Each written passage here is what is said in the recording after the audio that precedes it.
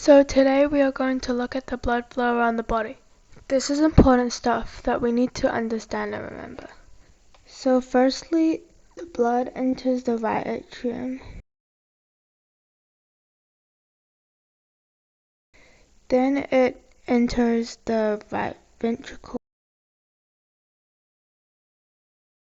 It then travels up into the pulmonary artery. So the pulmonary artery is the only artery that carries deoxygenated blood. It enters where the blood enters the lungs and collects oxygen. So the word pulmonary is associated with the lungs. The blood goes back into the pulmonary veins. And like the pulmonary arteries, the pulmonary veins are the only veins to carry oxygenated blood. From there, the blood enters the left atrium. And then it is pumped to the left ventricle. Finally, it exits the heart through the aorta. But after it leaves the heart, it branches off into these little things called arteries. And these arteries branch off even more into arterioles. And finally, they branch off into capillaries. This is where the oxygen is dropped off through the capillaries. The capillaries are like only 1 cell thick, so the blood slows down a lot over here. And after all the exchanges happen between the cells and the blood goes into venules, which are merged together by many capillaries. And these venules join together to make veins. And finally, they join together to make the vena cava. And there are 2 vena cava in the human body. There's the superior vena cava and the inferior vena cava. So the superior vena cava brings the blood back from the upper body, like the shoulders and the head, anything above the heart really. And the inferior vena cava, it brings the blood from the lower body, like your legs and your stomach and everywhere around there. And then finally it enters the right atrium again, and it starts all over again. So this takes around a minute to get through the entire body.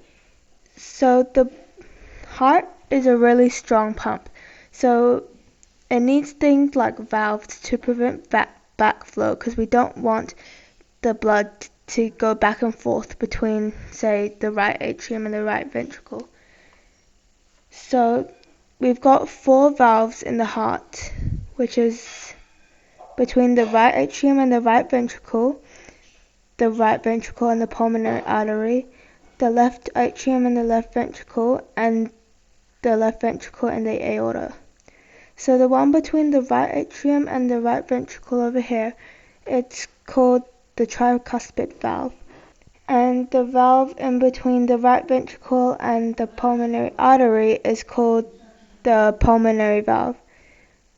And like I said before, pulmonary is associated with anything to do with the lungs. And then the valve between the left atrium and the left ventricle is called the bicuspid valve, or sometimes we can call it the mitral valve.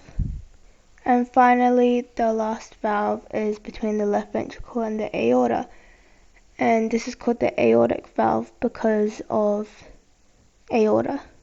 These aren't the only valves inside your body. There are also valves in your veins, because after the blood visits the capillaries, they slow down a lot. And since most of the blood has to go upwards, like from the lower body, it normally can't get to the heart directly by itself with enough energy. So the veins have valves as well. So So this is your vein. So inside they have a valve over here, and as you go along the vein there are lots of valves. Because of gravity, blood will naturally flow downwards, so the valves stop the blood from going downwards and instead help guide it towards the heart. So that is the blood flow around the body and the heart. Remember, the blood goes from the right atrium to the left ventricle to the pulmonary artery to the lungs, where it collects oxygen. Then it goes back through the pulmonary vein to the left atrium and the left ventricle. Then it exits the heart through the aorta and arteries and arterioles, and finally the capillaries. The capillaries join up to create venules, and those venules become veins, and finally the vena cava. This process only takes a minute to complete. There are also many valves in the heart and the venules, veins, and vena cava to prevent backflow.